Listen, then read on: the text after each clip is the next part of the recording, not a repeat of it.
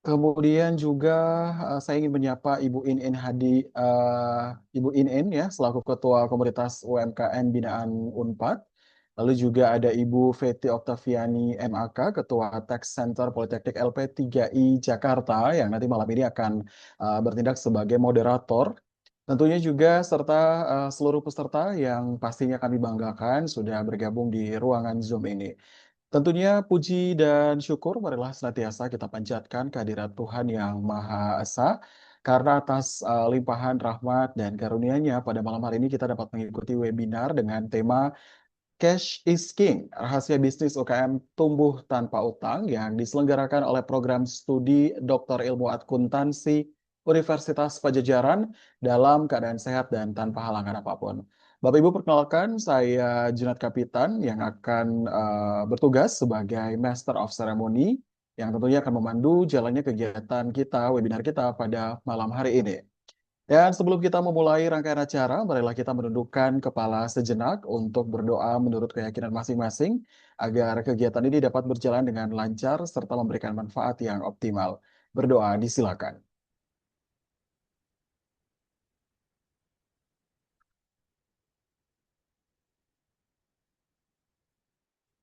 Baik, berdoa dicukupkan. Terima kasih. Bapak Ibu sekalian, selanjutnya izinkan saya menyampaikan tata tertib selama kegiatan berlangsung. Yang pertama, peserta dimohon untuk menggunakan format nama lengkap, garis datar, nama usaha atau instansi. Jadi silakan diketikkan nama lengkapnya Bapak Ibu, kemudian garis datar, asalnya dari mana, ada usaha apa atau instansi Bapak Ibu dari mana. Kemudian yang kedua, seluruh peserta wajib menonaktifkan mikrofon atau mute ya selama sesi pemaparan materi berlangsung. Dan peserta disarankan untuk menyalakan kamera atau on cam dengan tetap memperhatikan kesopanan dan juga kerapihan. Dan untuk sesi tanya jawab nanti di saat nanti akan dipandu oleh moderator, pertanyaan dapat disampaikan melalui kolom chat dengan format tanya menggunakan huruf kapital, kemudian juga strap nama dan strap pertanyaan yang ingin disampaikan. Untuk peserta yang ingin bertanya secara langsung, nantinya disilakan menggunakan fitur raise hand untuk menunggu persetujuan dari moderator. Nanti mungkin tata tertib ini akan dibacakan lagi oleh Ibu Feti selaku moderator. Kemudian Bapak Ibu sekalian, peserta diharapkan menjaga etika serta menghormati narasumber dan sesama peserta. Dilarang mengirimkan konten promosi yang tidak relevan atau mengandung unsur SARA. Untuk sertifikat nanti berdasarkan tautan presensi ya akan dikirimkan oleh teman-teman panitia di akhir webinar kita. Dan juga perlu kami informasikan bahwa selama kegiatan webinar berlangsung, kami mohon izin teman-teman panitia nanti akan melakukan atau melakukan pengambilan gambar atau dokumentasi di dalam ruangan Zoom ini. Baik Bapak Ibu hadirin, langsung saja kita akan memasuki agenda berikutnya, yaitu sambutan. Dan sambutan yang pertama ini akan disampaikan oleh Profesor Hamzah Rici. Untuk itu kepada yang terhormat, Prof. Rici, kami silakan. Baik, terima kasih eh, kepada Kang Junaidi, Kadir Kapitan selaku MC. Selamat malam, Ibu Bapak semua. Assalamualaikum warahmatullahi wabarakatuh. Yang saya hormati, di sini ada beberapa wajah yang saya sangat kenal, sangat familiar. Ada Prof. Wahyudin, guru saya di sini. Selamat malam, Prof. Terima kasih sudah berkenan hadir. Lalu juga ada Ibu Sri Hadi dan juga tentu yang saya lihat lagi di sini ada Teh In Hanidah ya. Ini rekan, ternyata kita bertemu di waktu yang berbeda untuk acara yang tujuannya baik ya.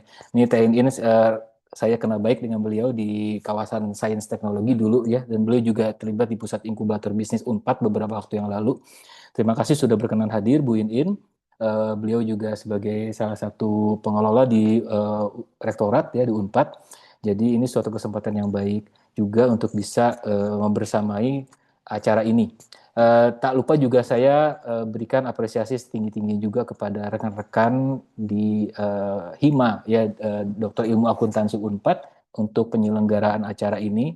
Sangat sangat saya apresiasi. Ini suatu acara yang kegiatan yang tidak hanya tentunya memberikan manfaat secara keilmuan, tapi juga harapannya bisa memberikan dampak yang juga tidak kalah pentingnya secara lebih konkret kepada komunitas di sektor keuangan, sektor bisnis, dan sektor usaha. Eh, saya kira untuk waktu ke depan tema yang diangkat ya di sini mengenai cash is king itu juga sangat relevan dengan area yang juga didalami di dalam oleh dokter ilmu akuntansi dan kebetulan juga di sini Pak Yusak M. Yahya selaku narasumber saya yakin beliau punya latar belakang dan juga profisiensi yang cukup baik ya terkait dengan bidang cash is king. Sekaligus juga tentu ini memberikan uh, pemahaman yang lebih kuat ya kepada rekan-rekan dalam hal khususnya bagi mahasiswa di dokter ilmu akuntansi dan umumnya kepada para partisipan untuk bisa mendapatkan insight yang lebih bagus. Oh ya, di sini juga saya ingin menyapa Pak Galih ya. Terima kasih Pak Galih selaku Ketua Hima, kepada Ibu Feti, kepada di sini yang terlihat lagi ada Ibu Tri dan mungkin yang buat rekan-rekan semua yang tidak bisa saya sebutkan satu persatu. Mungkin tidak akan panjang lagi penyampaian ataupun apa namanya kesan dari saya.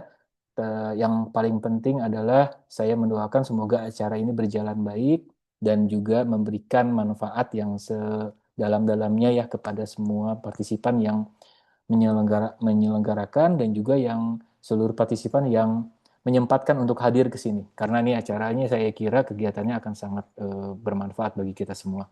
Demikian yang ingin saya sampaikan. Semoga acaranya berjalan dengan lancar dan selamat untuk kegiatan ini. Saya kembalikan kepada MC. Iya, baik. Terima kasih kami ucapkan kepada Profesor Hamzah Ricci atas sambutan yang telah disampaikan. Selanjutnya, Bapak Ibu, sambutan kedua akan disampaikan oleh Ibu In Hadina selaku Ketua Hanida, mohon maaf, selaku Ketua Komunitas UMKM Binaan Universitas Pajajaran. Untuk itu kepada Bu In, kami silakan. Terima kasih banyak Kang Junaidi atas waktu dan tempatnya. Assalamualaikum warahmatullahi wabarakatuh. Salam. Sebelumnya saya ucapkan terima kasih Kang Prof. Ricci nih atas kesempatannya ya udah mengajak kami dan join di acara Zoom ini.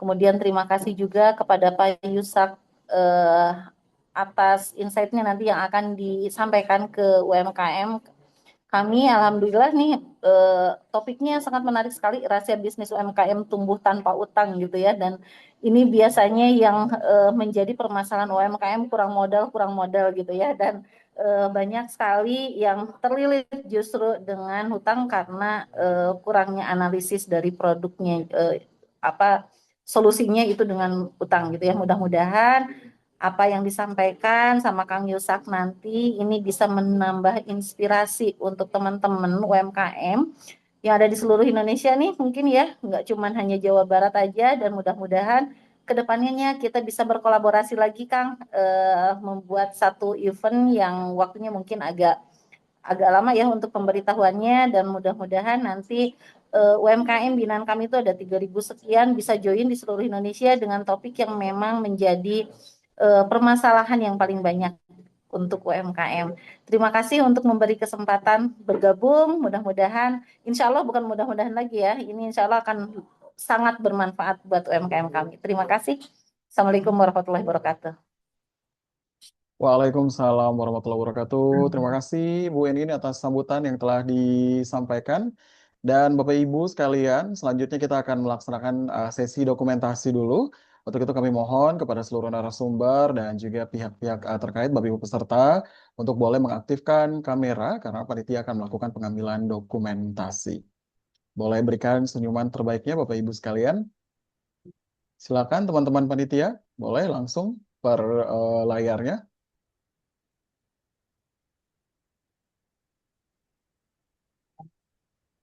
Baik.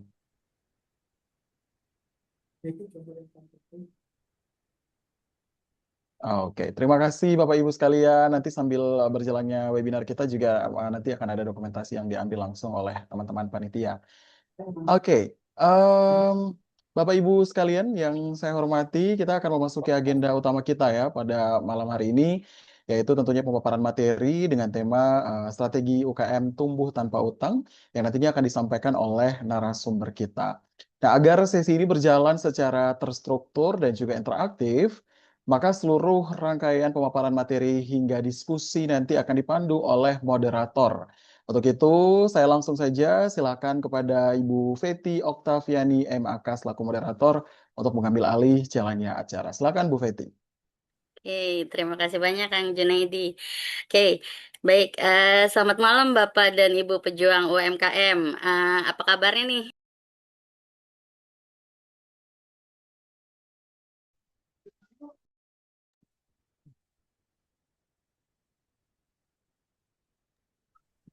Bu Feti masih di mute, Bu? Oke, mohon maaf. Oke, tadi kita sudah mendengar sambutan luar biasa dari Prof. Ricci selaku Kaprodi Dia 4 dan juga dari Ibu Inin Hanida selaku Ketua Komunitas UMKM Orange di binaan Unpad. Nah, saat ini sekarang tiba kita masuk ke menu utama malam ini ya, Bapak dan Ibu ya. Nah, topik kita pada malam hari ini adalah Cash is King. Rahasia bisnis UKM tumbuh tanpa utang. Nah, di sini kita tahu terkadang banyak bisnis yang omsetnya terlihat besar ya, Bapak dan Ibu di atas kertas ya. Namun nafasnya sesak seperti tadi disampaikan oleh Bu Inin juga karena arus kas mungkin yang berantakan atau bahkan terjebak utang yang tak kunjung usai ya, Bapak dan Ibu ya. Nah, dan untuk mengupas tuntas hal ini telah hadir bersama kita sosok yang sangat kompeten di bidangnya. Beliau adalah Coach Yusak M. Yahya.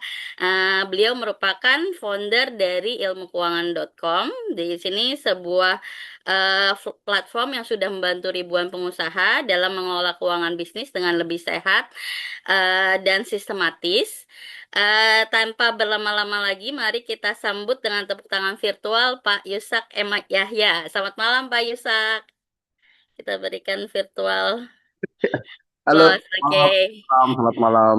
Oke, izin Coach Yusak, izin saya membacakan CV Coach Yusak terlebih dahulu ya, Bapak dan Ibu ya. Oke, izin saya share.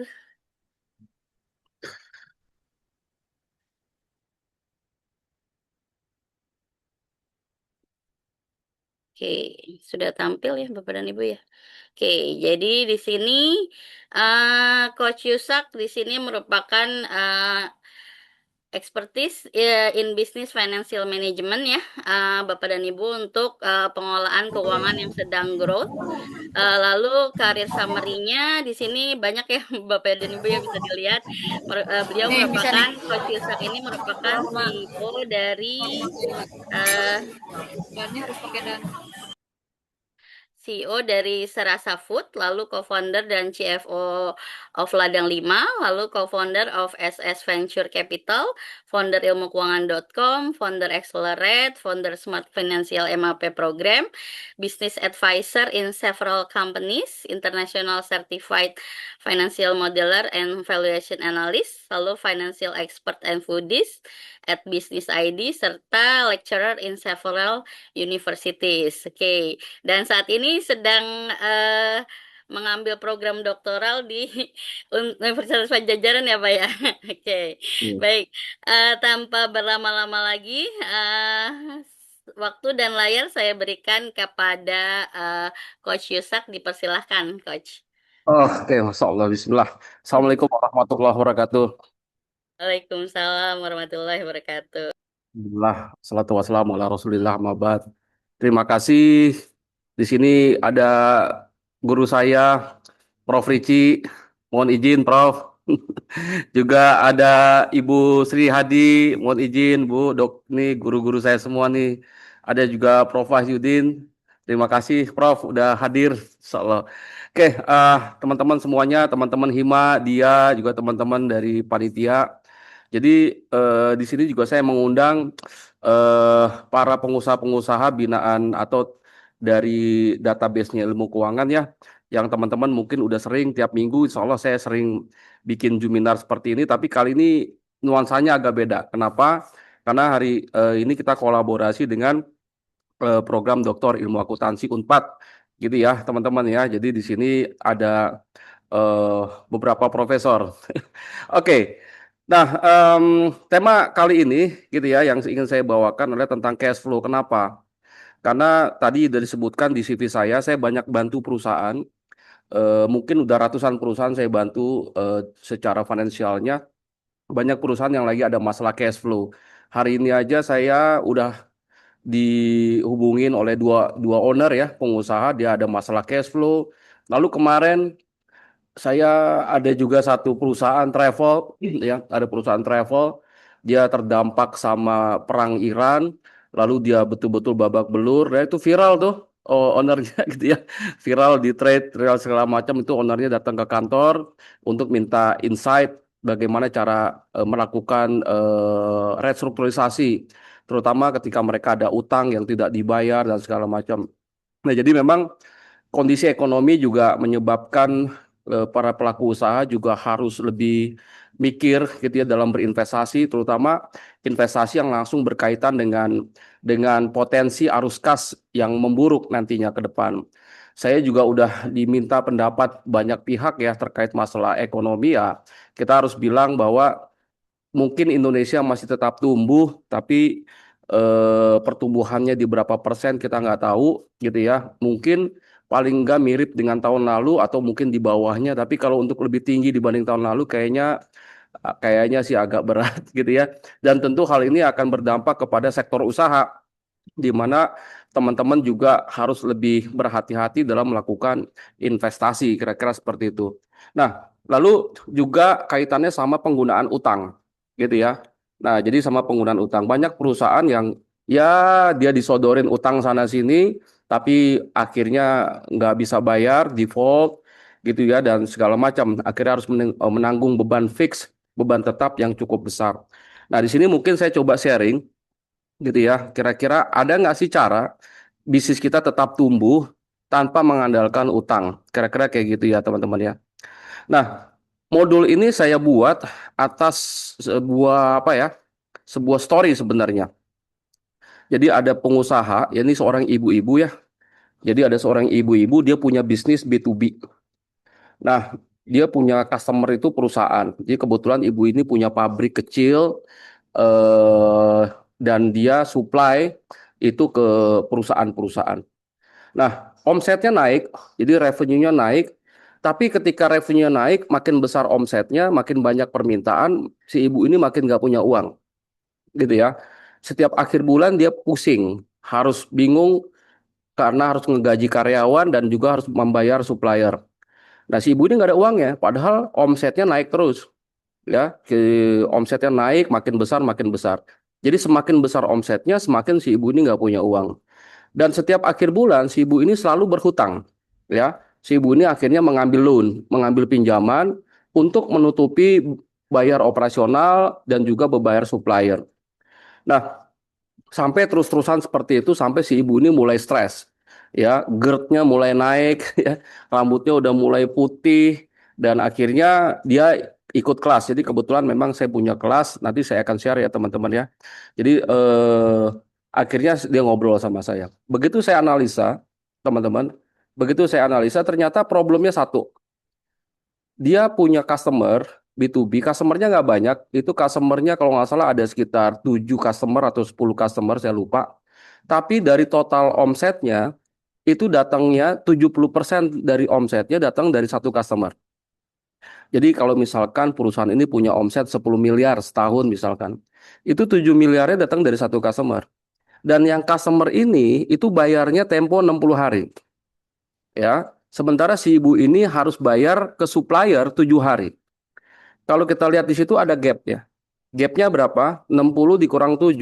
Berarti gapnya ada sekitar berapa tuh? 50-an hari, 53 hari. Gapnya, uang mati di situ. Gitu ya. Nah, ketika si customer ini naikin PO-nya, naikin omsetnya, naikin pembeliannya, si ibu ini makin nggak punya uang. Bisa dibayangin nggak? Si ibu ini bayar 7 hari sekali ke supplier, sementara dia baru terima duit 60 hari sekali. Sementara PO keluar setiap minggu, bayangin tuh. PO keluar, purchase order keluar setiap minggu, akhirnya si ibu ini harus menanggung modal kerjanya dari setiap PO yang ada. Nah, ketika si ibu ini nggak punya modal kerja, ibu ini berutang.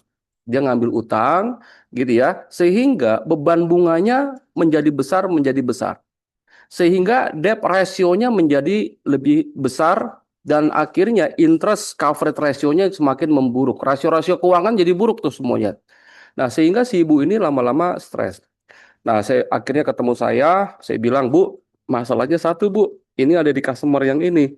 Customer yang ini PO terus, tapi dia bayarnya terlalu lama. Akhirnya saya usulkan si ibu itu melakukan negosiasi. Ya, apa yang dinegosiasi? Ada dua. Yang pertama, minta termin of payment-nya dipercepat. Jangan 60 hari. Saya bilang, Bu, hitungan saya sih ibu maksimal bisa ngasih TOP atau kredit maksimal di 30 hari. Ya, yang kedua, kalau dia nggak bisa ngasih 30 hari, Bu, ibu minta down payment. Jadi setiap kali dia PO, ibu minta down payment. Nah, down payment-nya ini ibu gunakan untuk modal kerja produksi PO tersebut. Ya, nah ibu coba negosiasi yang mana yang di-approve sama customer. Lalu si ibu itu agak ketakutan gitu ya, karena nggak berani ngomong sama customernya. Akhirnya saya push dan akhirnya deal. Ya ternyata customernya lebih setuju dia ngasih down payment dibanding harus mempercepat waktu kreditnya. Nah, ketika dia kasih dia kasih down payment customernya, setiap kali dia buka PO, dia transfer 50% dari nilai PO-nya. Nah, 50%-nya itu digunakan untuk modal kerja. Sejak saat itu masalah cash flow-nya selesai. Ya, dan si ibu punya uang untuk bayar supplier dan dia udah mulai dapatkan keuntungan dan untung perusahaannya udah mulai dirasakan untuk kebutuhan bayar operasional perusahaan. Nah, itu kira-kira teman-teman ya semangat saya bikin modul ini ya, modul cash management. Nah, tadi juga teman-teman udah ceritakan ya tentang CV saya gitu ya. Jadi saya sharing sedikit sebelum nanti masuk karena materinya mudah-mudahan nggak lama.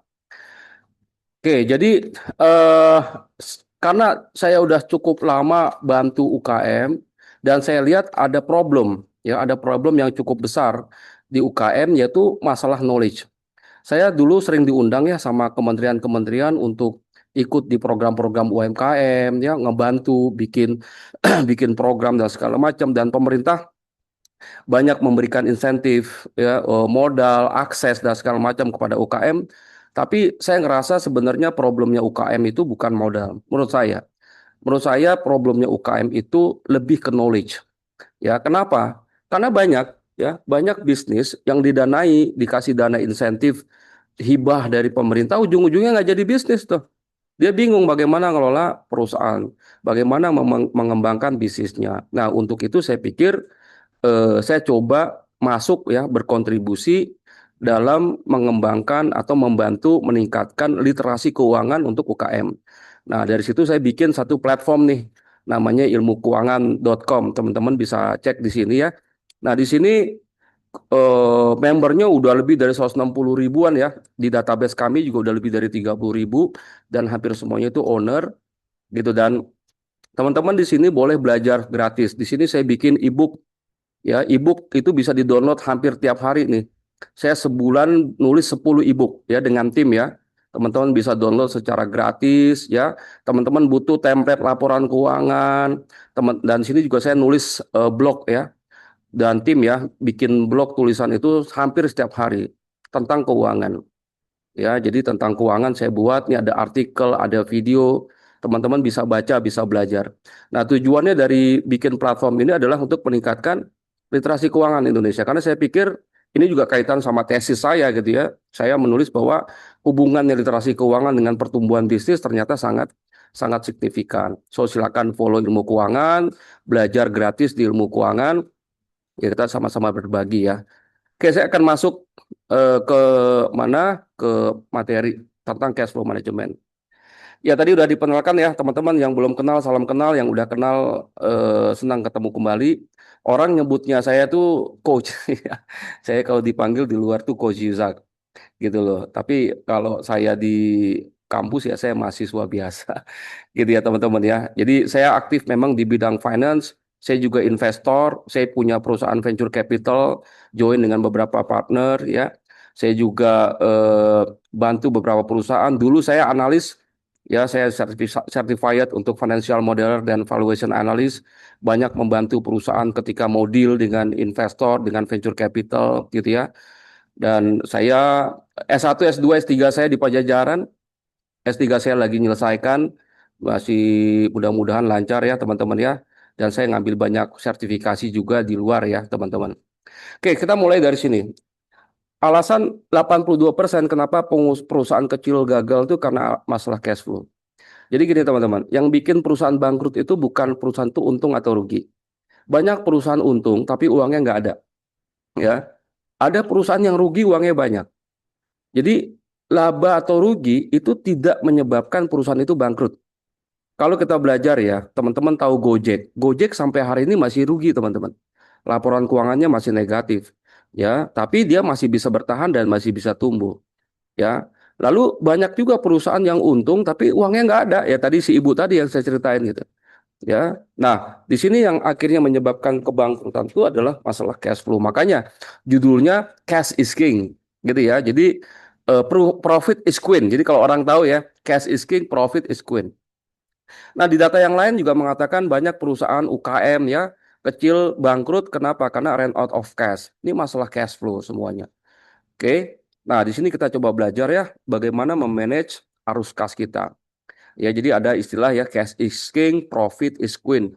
Bukan berarti profit nggak penting, penting teman-teman, gitu ya. Tapi kalau saya disuruh pilih nih, saya suruh pilih Anda. Anda pilih mana? Perusahaan Anda uangnya banyak tapi rugi, atau perusahaan Anda profit tapi nggak ada uangnya? Silakan Anda tulis di komen.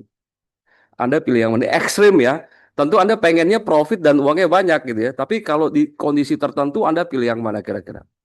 Pilih rugi tapi uangnya banyak, atau pilih untung tapi nggak ada uang? Yang mana yang Anda pilih? Ya, macam-macam ya teman-teman ya, tentunya pilihannya ya. Oke, saya sarankan ya memang teman-teman ya, profit itu penting. Ya, profit itu penting. Tapi pastikan ya Anda juga bisa menjaga arus kas. Kenapa? Karena Anda kalau bayar ke supplier pakai uang, Anda bayar gaji pakai uang. Kalau misalkan Anda nggak punya uang, gitu, gimana Anda bisa bayar itu semua gitu ya? Nah, jadi gitu. Si ibu tadi yang saya ceritain, untung dia. Untung. Tapi nggak ada uangnya. Karena apa? Karena uangnya masih ketahan di customernya gitu ya. Nah, si ibu itu akhirnya banyak melakukan utang. Nah, di sini perlu kita mengatur arus kas ya, teman-teman ya. Nah, kita ngomongin arus kas. Apa sih itu arus kas? Saya kasih gambaran kayak pipa inilah ya. Ini arus kas nih. Jadi di sini ada uang masuk nih. Teman-teman kan terima duit masuk kan? Duit masuk ke rekening Anda dan Anda juga melakukan membayar sesuatu, entah bayar gaji, bayar supplier, ya, bayar utilities, bayar pajak, bayar apapun itu. Nah, uang yang masuk ini, misalkan ya, Anda dapat uang dari customer, uang masuk tuh ditransfer ke rekening Anda. Ini disebut dengan cash inflow, ya, cash inflow. Nah, uang yang Anda bayarkan ke supplier, ke gaji ini disebut dengan cash outflow, ya, uang keluar. Nah, uang yang ada di sini nih, yang ketahan nih di rekening Anda, ini cash in hand ya. Ini uang yang ditampung ya. Seperti itu. Jadi di sini ada uang masuk, di sini ada uang keluar. Di sini ada uang yang di tangan Anda nih. Gitu teman-teman. Nah, kalau melihat dari pipa ini ya, maka dalam mengatur cash flow, uang masuk harus lebih besar pipanya dibanding uang keluar. Itu yang pertama prinsipnya. Ya. Prinsipnya adalah uang masuk harus lebih besar dibanding uang keluar. Yang kedua, uang masuk harus lebih cepat dibanding uang keluar. Artinya, kalau kita dapat duit dari customer, usahakan secepat-cepatnya. Sementara kalau kita bayar ke supplier, usahakan selambat-lambatnya. Jadi teman-teman bisa atur itu ya. Gapnya itu harus diatur. Jangan sama kayak si ibu tadi. Dia uang masuknya 60 hari, uang keluarnya 7 hari. Gitu ya. Sehingga dia terus melakukan cash outflow, padahal cash inflow-nya itu terjadi 2 bulan ya atau 60 hari. Nah, itu kira-kira gambaran dari cash flow. Sama kayak air teman-teman ya. Ada alirannya. Nah, di dalam bisnis, cash in, cash out atau cash inflow dan cash outflow itu ada 3 pintu. Ada 3 pipa. Ada pipa dari operasional, ada pipa dari investasi, dan ada pipa dari pendanaan. Tadi saya sebutkan ya, Gojek rugi dia. Berarti secara operasional dia masih rugi. Tapi kenapa dia masih bisa tumbuh dan bertahan? Karena dia masih mendapatkan pipa cash flow dari pendanaan. Dia masih dapat dana dari investornya, masih dapat dana dari loan gitu ya. Sehingga perusahaan itu masih bisa bertahan. Nah, bagaimana sih mendefinisikan operating, investing, dan financing cash flow? Saya kasih slide ini mungkin ya teman-teman ya. Nah, ini ada inflow, ini ada outflow, ini ada sumbernya. Ya, kalau dari operasional, cash inflow-nya atau uang masuknya itu dari penjualan. Cash outflow-nya, uang keluar tuh dari bayar gaji, bayar supplier, ya, bayar bunga, bayar pajak, dan segala macam. Ini adalah cash outflow from operation. Sementara kalau dari investing, inflow-nya kalau Anda jual aset, Anda punya aset nih, punya rumah, punya ruko, punya mobil, ya, Anda jual, Anda ada duit masuk tuh. Sementara cash outflow-nya adalah dari beli aset. Jadi kalau perusahaan membeli aset nih, perusahaan beli aset, beli mobil, beli ruko, ya, bangun pabrik, ya itu berarti terjadi cash outflow, duit keluar. Nah, kalau dari financing, cash inflow-nya dari mana? Dari misalkan Anda dapat investor nih atau ada equity from owner, ada penambahan modal baru, ya, atau juga dari pinjaman. Anda utang ke bank ya, Anda dapat cash inflow from financing, pendanaan. Sementara cash outflow-nya apa? Kalau Anda bayar dividen, ya, perusahaan bagi-bagi dividen, ya, itu namanya cash outflow. Lalu Anda bayar utang. Nah, itu adalah cash outflow from financing. Nah, itu kira-kira pengkategoriannya. Nah, teman-teman tinggal baca gitu ya. Tinggal baca. Kalau misalkan saya nih, saya suka baca cepat kondisi perusahaan dengan melihat arus kas. Ya, kalau perusahaan Anda sehat, cirinya kayak gini nih, cirinya nih. Kalau perusahaan yang sehat ya, salah satu cirinya ya, biasanya kalau perusahaan itu sehat, operating cash flow-nya juga positif. Artinya, uang masuk dan uang keluarnya lebih banyak uang masuknya dari operasional. Nah, investing cash flow-nya biasanya negatif. Kenapa? Artinya lebih banyak uang keluar dibanding uang masuk dari investasi. Artinya perusahaan ini melakukan capital expenditure, artinya dia beli aset baru. Nah, biasanya perusahaan yang membeli aset, ya perusahaan yang lagi bertumbuh. Contohnya kalau Anda punya bisnis nih, ya, Anda punya bisnis apa? Jualan soto ayam pakai gerobak misalkan ya. Nah, ketika bisnis Anda berkembang, Anda pengen buka cabang. Nah, karena Anda pengen buka cabang, Anda beli gerobak baru. Nah, beli gerobak baru itu disebut dengan cash outflow from investing gitu ya. Berarti Anda belanja investasi lebih banyak. Nah, financing cash flow-nya positif. Mungkin ini akan masih dapat pendanaan ya dari bank ya dan segala macam. Nah, ini salah satu ciri-ciri perusahaan yang sehat secara cash flow. Kalau perusahaan Anda nggak sehat, cirinya operating cash flow-nya negatif. Ya, artinya uang masuk dan uang keluarnya lebih banyak uang uang keluar dibandingkan uang masuk. Lalu investing cash flow-nya justru positif. Kenapa? Karena biasanya perusahaan yang nggak sehat dia jual-jual aset, ya, dia jual-jual aset untuk nutupin operasional. Nah, kondisi yang kayak gini yang harus diperbaiki ya, arus kasnya teman-teman. Gitu ya. Nah, lalu bagaimana membuat cash flow perusahaan sehat tanpa utang? Gitu ya, tanpa utang. Teman-teman mesti perhatiin dulu perputaran dari bisnis. Ya gini, kalau kita berbisnis itu, misalkan Anda bisnis apa ya? Anda jual beli apa ya?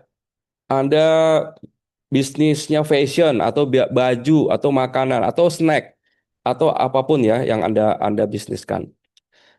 Nah, yang pertama kan Anda tuh beli dulu dari supplier. Anda beli bahan baku atau Anda beli barang jadi dari supplier. Lalu Anda bayar ke supplier. Betul ya? Nah, lalu yang kedua, gitu ya, Anda jual ke customer. Setelah barangnya udah di tangan Anda nih, Anda jual ke customer. Lalu Anda terima duit dari customer. Betul ya, teman-teman ya? Prosesnya gitu ya. Jadi Anda beli persediaan, Anda bayar persediaan, Anda jual produknya, lalu Anda terima duit dari customer. Nah, yang harus Anda hitung, teman-teman, biasanya masalahnya di sini. Yang disebut dengan working capital funding gap atau orang biasanya sebut dengan cash conversion cycle, ya, perputaran uang. Kapan kapan cash itu terconvert ya menjadi cash gitu ya. Nah, ini harus dihitung.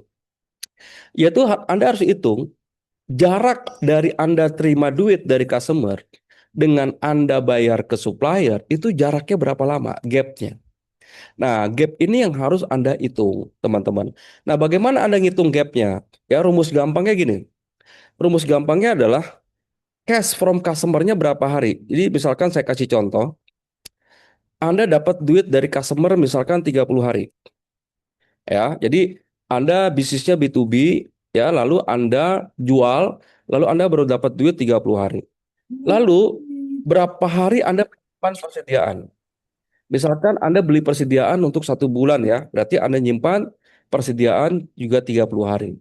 Lalu berapa hari Anda bayar ke supplier? Ya, misalkan Anda bayar ke supplier juga 30 hari. Nah, misalkan kondisinya kayak gini, maka kita harus hitung nih, 30 tambah 30 kurang 30, hasilnya berapa? Kira-kira berapa nih teman-teman hasilnya nih? 30 ya. Nah, 30 inilah yang disebut dengan working capital ya funding gap. Ini gapnya 30 hari teman-teman. Artinya antara uang masuk dan uang keluar ya itu ada 30 hari. Berarti 30 hari inilah duit Anda mati teman-teman. Ya, duit Anda mati. Nah, untuk itu kalau misalkan angkanya 30 hari, Anda harus mendanai modal kerja untuk 30 hari ke depan. Anda harus punya modal kerja nih. Kalau perusahaan nggak punya modal ya untuk mendanai modal kerja 30 hari ke depan, biasanya perusahaan nggak akan mampu bayar supplier, nggak ada uangnya. Ya, penyakitnya di mana? Di gapnya ini 30 hari. Gitu ya. Berapa duit yang harus Anda sediakan? Ya 30 hari modal kerja. Kalau misalkan 30 hari modal kerjanya butuh 1 miliar, maka duit 1 miliarnya harus standby. Anda harus ready dengan duit 1 miliar. Dan duit ini nggak boleh diapa-apain. Kenapa? Karena duit ini memang Anda sediakan untuk modal kerja. Nah, yang jadi problem, banyak UKM tidak sadar ya, dia tuh sebenarnya kalah dari modal perputaran modal kerjanya dan dia nggak punya uang. Duit yang ada di rekeningnya digunakan untuk apa? Misalkan untuk kebutuhan pribadi atau misalkan untuk apa ya? Belanja marketing ya, marketing expenditure dan segala macam. Sehingga ketika waktunya jatuh tempo bayar supplier, perusahaan nggak punya duit. Nah, kalau gitu apa solusinya? Yang disebut dengan working capital funding gap atau jarak, yang namanya jarak itu kalau bisa jangan jauh-jauh dan bagus kalau angkanya 0. Misalkan di sini ya, Anda dapat duit dari customer 30 hari, nyimpan persediaan 30 hari, contoh aja ya. Lalu Anda bayar ke supplier berapa? 60 hari. Di sini kita hitung nih, 30 tambah 30 kurangin 60. Hasilnya berapa? 0. Nah, di posisi 0 inilah yang disebut dengan zero working capital funding gap. Ini artinya apa? Perusahaan nggak ada gap soal modal kerja, ya. Artinya apa? Semua kebutuhan modal kerja didanai oleh supplier. Jadi supplier lah yang mendanai modal kerja perusahaan ini. Ya, dan ini banyak dilakukan teman-teman ya. Kalau kita belajar ya, Nike dulu dia dapat pembayaran dari retailer tuh cukup lama, tapi sekarang dia membangun satu platform yang namanya Nike.com ya, sehingga customer tuh bisa bayar before delivery. Sehingga Nike banyak dapat uang, gitu ya. Lalu dia bayar ke supplier. Sekarang Nike by the way udah melepas semua divisi manufakturnya, ya. Dia produksi outsourcing ya di China, di Indonesia, di Taiwan, dan dia bayar 60 hari. Jadi dia menang banget di cash flow. Nah, kelebihan cash flow-nya itu sama Nike digunakan untuk apa? Investasi ke marketing.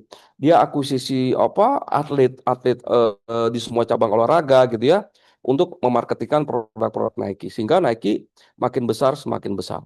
Sama Starbucks. Kalau teman-teman tahu ya, ada orang bilang Starbucks itu bukan coffee shop, tapi Starbucks is a bank. Dulu teman-teman ya, dulu saya customernya Starbucks banget gitu ya. Sekarang saya udah pindah ke Indomart. Nah, dulu saya punya yang namanya Starbucks Card. Saya kalau kalau belanja di Starbucks tuh saya pakai Starbucks Card saya. Dan saya selalu deposit uang saya di Starbucks Card saya untuk beli kopi. Nah, saya biasanya minimum deposit saya itu 500.000 tuh.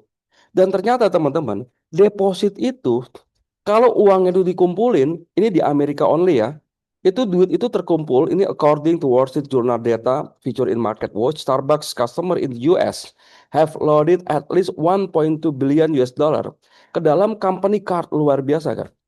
Ini kalau dirupiahkan mungkin lebih dari 30 triliun nih. Ya, lebih dari itu 30 triliun. That higher than the deposit held by customer bank. Jadi di Amerika, customer bank atau bank yang customer, bank retail, itu punya duit likuiditas cuma 780 juta US dollar.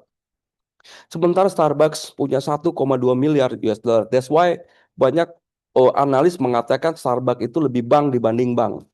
Dan menariknya, Starbucks itu dia tuh utang duit customernya dan customernya nggak bisa narik cash. Jadi nggak ada ATM-nya Starbucks kan. Dan duit itu hanya boleh dibelanjakan ke produk-produknya Starbucks. Ya, jadi ini luar biasa nih, 1,2 billion US dollar ini di Amerika only, itu hanya bisa dilakukan pembelanjaan di Starbucks. Berarti kan ini tinggal tunggu jadi revenue sebenarnya. Ini kalau dari sisi neraca gimana sih 1,2 billion US dollar ini? Ya harusnya kalau dari sisi neraca berdasarkan IFRS atau PSAK harusnya 1,2 billion ini masih masuk ke dalam utang. Ya dianggap sebagai utang lancar di sisi neracanya Starbucks. That's why kalau teman-teman cari di internet sekarang, debt to equity ratio-nya Starbucks itu equity-nya negatif. Artinya aset-asetnya Starbucks itu didanai oleh utang, ya. Tapi kondisi keuangan tersebut nggak membahayakan Starbucks. Kenapa? Karena Starbucks hutangnya utang yang nggak ada resiko. Ya, bukan utang yang berbunga, bukan utang yang jatuh tempo, bukan gitu ya. Jadi Starbucks itu menggunakan dana customersnya untuk mendanai bisnisnya dan customernya nggak bisa narik cash. Customernya hanya bisa mengklaim uangnya itu di outlet-outletnya Starbucks. Teman-teman ini luar biasa. Ini baru di Amerika only dan data yang lain mengatakan transaksi yang menggunakan Starbucks card itu ya itu udah lebih dari 2.400 billion US dollar. Itu luar biasa. Ini angkanya ini saya dapat ya. Ini numbersnya luar biasa di Starbucks. Nah, apa yang kita bisa pelajari di sini teman-teman? Yang kita bisa pelajari di sini adalah kalau kita lihat bagaimana Nike berkembang, bagaimana Starbucks berkembang, ya kita ambil dua contoh ini ekstrim aja ya teman-teman ya. Mereka berhasil mengelola arus kasnya, ya. Mereka berhasil mengelola arus kasnya. Uang masuk dia tarik secepat-cepatnya, ya. Uang keluar dia lambatin teman-teman. Nah sehingga dia bisa punya likuiditas cukup cukup besar dan kelebihan likuiditasnya itu bisa digunakan untuk pengembangan bisnis mereka teman-teman. Nah kebalikan sama kita ya, kalau kita lagi berbisnis kadangkala uang masuknya lebih lambat dibanding uang keluar. Nah kalau teman-teman uang masuknya lebih lambat dibanding uang keluar, lama-lama Anda ada masalah dengan cash flow. Kalau cash flow-nya udah mulai bermasalah, biasanya Anda mulai mikir utang. Ketika utang terus Anda lakukan, kebiasaan utang nih, padahal penyakit. Jadi utang pada saat posisi seperti itu tuh kayak minum Panadol kalau menurut saya. Cuma ngilangin demam doang, nggak nyembuhin penyakit, gitu ya. Nah penyakitnya ini yang harus diperbaiki teman-teman, gitu ya. Nah banyak perusahaan yang pengen tumbuh nih, ya. Banyak ada yang tanya ke saya gini, Coach, boleh nggak, bisa nggak perusahaan itu tumbuh tanpa harus dapat pendanaan? Misalkan Anda nggak mau nih ngambil pendanaan dari bank atau Anda nggak mau juga pakai duitnya investor. Pokoknya gimana caranya bisnis saya tumbuh dengan mengandalkan internal funding?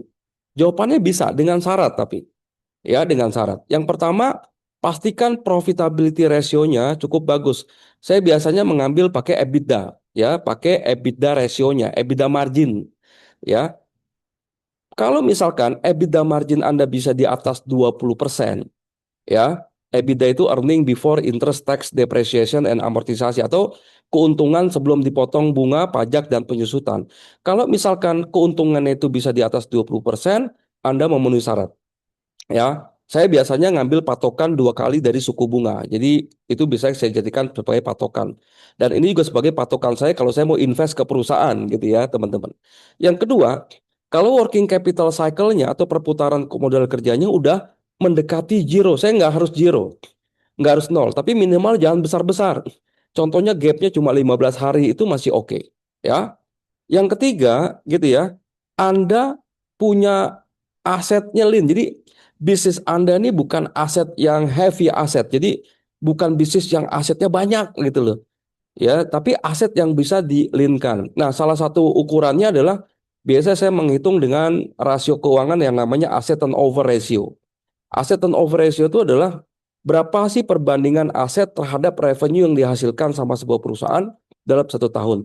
Biasanya saya tertarik invest ke bisnis yang aset turnover ratio-nya minimal 3 atau 4 kali. Ya, jadi apa kalau asetnya 1 miliar bisa ngasilin 4 miliar setahun revenue, itu menarik buat saya diinvest. Ya, yang keempat adalah retention rate atau porsi laba ditahan. Ya, porsi laba ditahannya berapa persen? Kalau ownernya sebentar-sebentar narik dividen ya habis. Tapi kalau misalkan ownernya mau berpikir jangka panjang, sementara waktu laba ditahannya porsinya lebih besar, itu bisa membuat perusahaan itu bisa tumbuh tanpa harus mengandalkan pendanaan atau mengandalkan utang. Nah, kira-kira gitu ya teman-teman ya. Nah, saya mau terakhir sebelum nanti sesi tanya jawab ya, saya mau kasih simulasi sedikit. Ini real case, ya ini real case. Kebetulan saya dulu kerjaan saya itu sebagai financial modeler ya. Jadi saya coba bikin modeling satu perusahaan.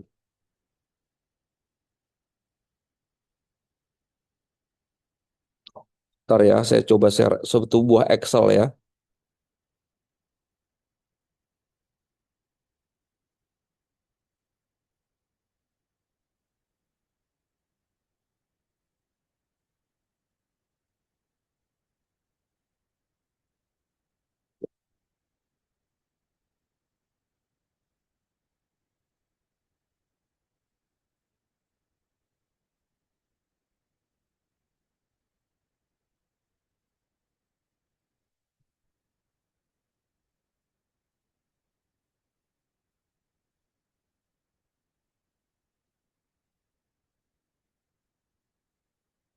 Oke teman-teman ya, ini saya share sebuah Excel.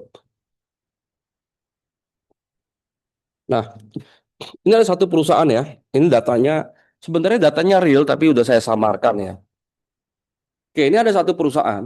Tahun 2022, kalau teman-teman lihat cash flow-nya, ini cash flow statement-nya ya. Tahun 2022, perusahaan ini negatif cash flow. Tahun 2023 juga negatif cash flow. Anggap kita di tahun itu ya. Ini saya sembunyikan dulu data-data tahun sebelumnya. Oke, tahun 2022, perusahaan ini negatif cash flow 1,4 miliar dan negatif cash flow 1,3 miliar. Nah, Anda kalau mau ngeliat negatif dari mana ya ini? Negatif cash flow itu adalah uang masuk dikurangi uang keluar, selisihnya ya. Nah, jadi dia negatif, berarti apa? Uang masuknya lebih sedikit dibanding uang keluar. Nah, perusahaan kan nggak boleh membiarkan cash flow negatif. Kalau cash flow negatif seperti ini, perusahaan mau bayar pakai apa? Nggak bisa. Jadi cash flow-nya harus ditutupin agar tidak negatif. Nah, bagaimana caranya agar cash flow-nya jadi positif? Bisa nggak dia selesaikan dengan utang? Bisa. Misalkan di sini kita ambil loan ya. Di sini saya masukkan asumsi loan. Dia ngambil long term loan drawdown plan. Nah, saya tambahkan di sini misalkan dia narik 4 miliar.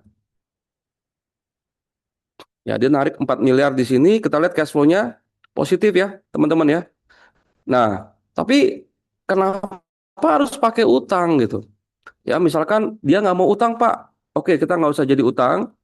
Kita balikin, nih cash flow-nya kembali negatif. Dia bisa punya opsi ambil investor. Di sini kita masukkan paid up equities. Dia jual saham, ya, right issue untuk dapetin dana dari investor senilai 3 miliar misalkan.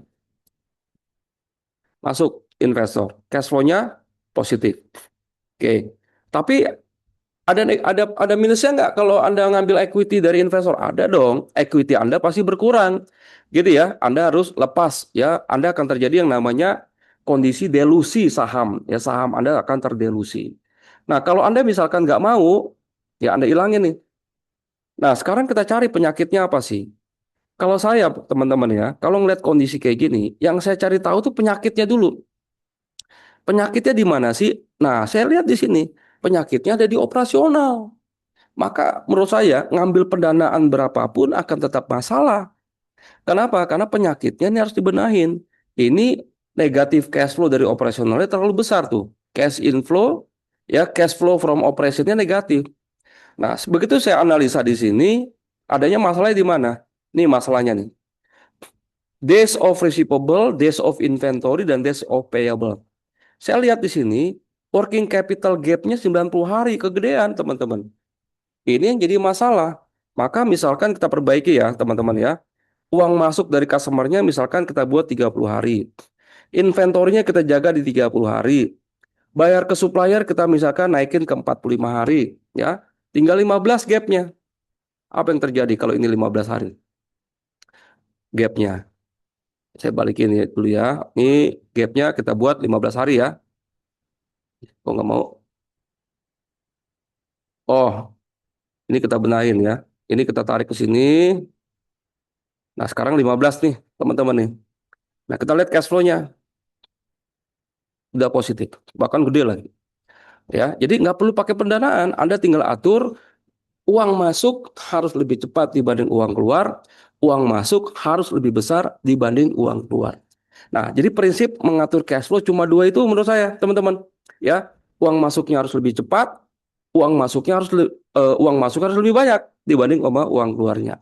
Anda nggak perlu belajar keuangan, Anda nggak perlu ngambil kuliah tinggi-tinggi ya, teman-teman ya, kuliah keuangan tinggi-tinggi untuk bisa paham keuangan. Dan problemnya adalah kalau Anda udah jadi pengusaha, teman-teman, lupain background Anda apa, lupain. Kadang-kadang ada owner yang kayak gini nih, coach saya itu bukan orang keuangan, nggak penting. Kalau Anda punya bisnis, Anda itu udah orang keuangan. Karena apapun keputusan bisnis adalah keputusan keuangan. Anda harus belajar, gitu ya. Anda harus belajar. Nah, belajar macam-macam. Bisa di kampus, atau kalau Anda udah nggak mau kuliah lagi, ya silakan ikut Juminar kayak gini, ya dapat materi gratis, ya dan langsung praktikal. Insya Allah gitu ya, materi yang bisa saya sampaikan. Semoga manfaat buat teman-teman semua dan bisnisnya pada maju semuanya. Amin. Saya kembalikan ke moderator Bu Feti. Makasih. Assalamualaikum warahmatullahi wabarakatuh. Mohon izin. Waalaikumsalam warahmatullahi wabarakatuh. Oke, kita berikan aplaus dulu ya untuk Coach Yusak ya. Rekan-rekan semua, baik. Luar biasa sekali Coach Yusak ya, materinya benar-benar daging banget nih. Dan sangat relate dengan kondisi teman-teman UKM saat ini ya. Nah, mungkin dari Bapak dan Ibu ada yang ingin bertanya langsung atau berkonsultasi langsung dengan Coach Yusak. Saya buka dulu untuk 3 pertanyaan pertama ya Coach. Oke, ada yang ingin bertanya langsung silakan gunakan fitur raise hand.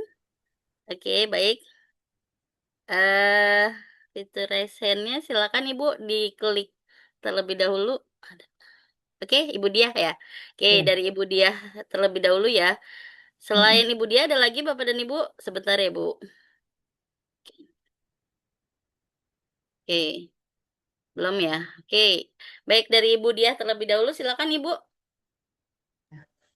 Terima kasih Mbak Feti. Assalamualaikum warahmatullahi wabarakatuh. Waalaikumsalam warahmatullahi wabarakatuh. Pak Yusak, ada yang mau saya tanya, alhamdulillah ini tadi tentang masalah cash inflow dengan cash outflow ya. Nah, misalkan dengan kasusnya tadi adalah kasus Starbucks ya.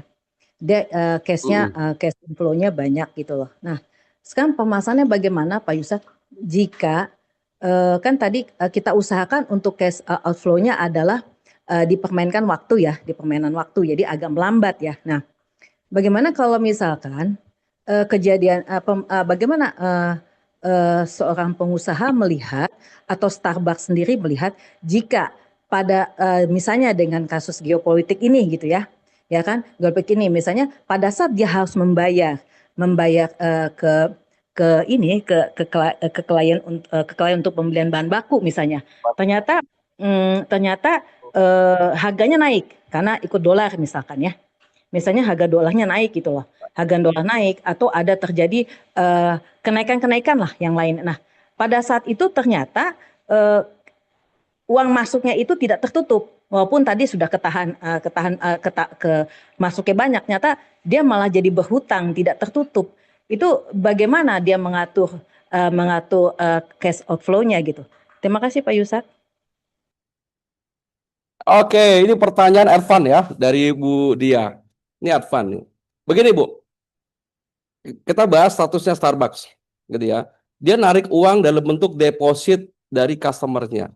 Yang pertama, analisa dulu, uangnya ini uang beresiko atau enggak? Ya, kalau kita lihat kasusnya Starbucks, uangnya ini nggak beresiko. Kenapa? Karena Starbucks tidak punya kewajiban ngasih bunga. Artinya, berapapun duit yang Anda masukkan ke dalam Starbucks card, itu tidak akan berkembang.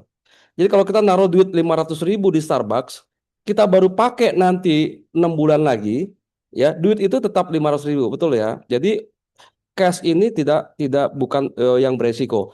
Akan sangat beresiko kalau uang yang kita ambil itu ternyata ada biayanya, ada cost of money-nya. Ya, itu tentunya resiko. Nah, yang kedua tentu ada resiko kenaikan bahan baku.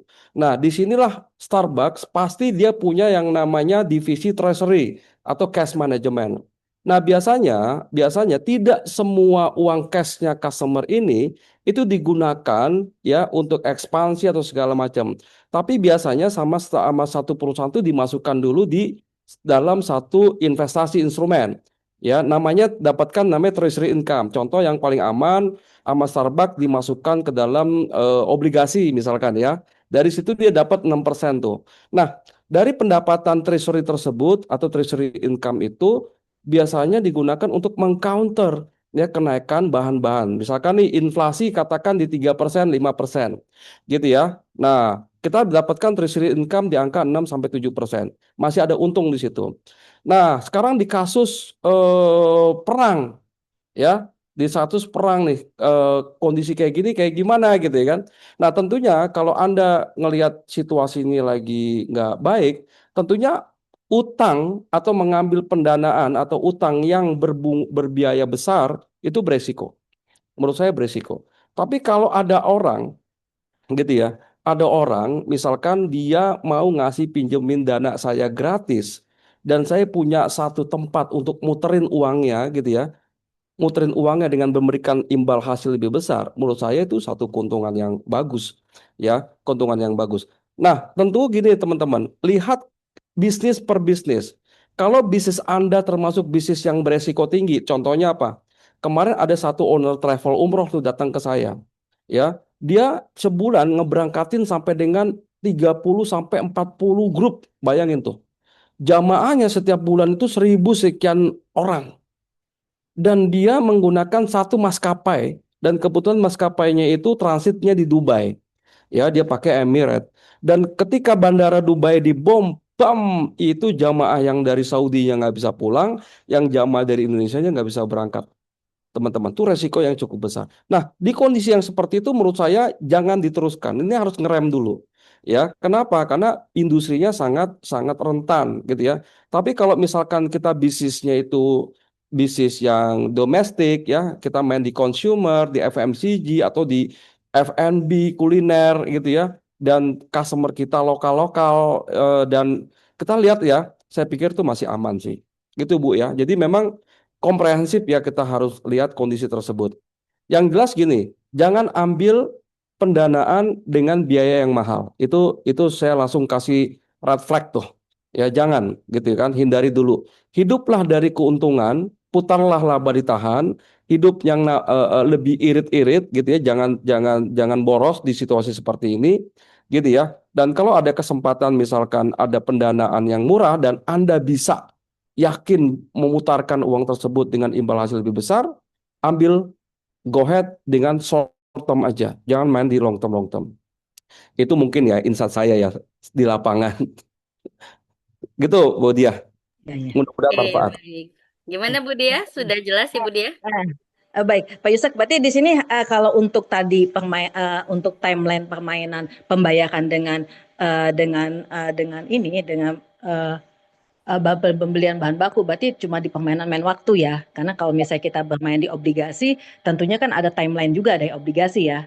Kalau misalnya kita menetapkan Obligasi. waktu yang sama, misalkan kalau tadi pendanaannya diputar ya. Nah, tapi kalau misalnya kalau kita tadi Pak Yusuf bilang kita bermain misalnya kita bermain uang yang ada tadi itu kita putar kembali gitu ya.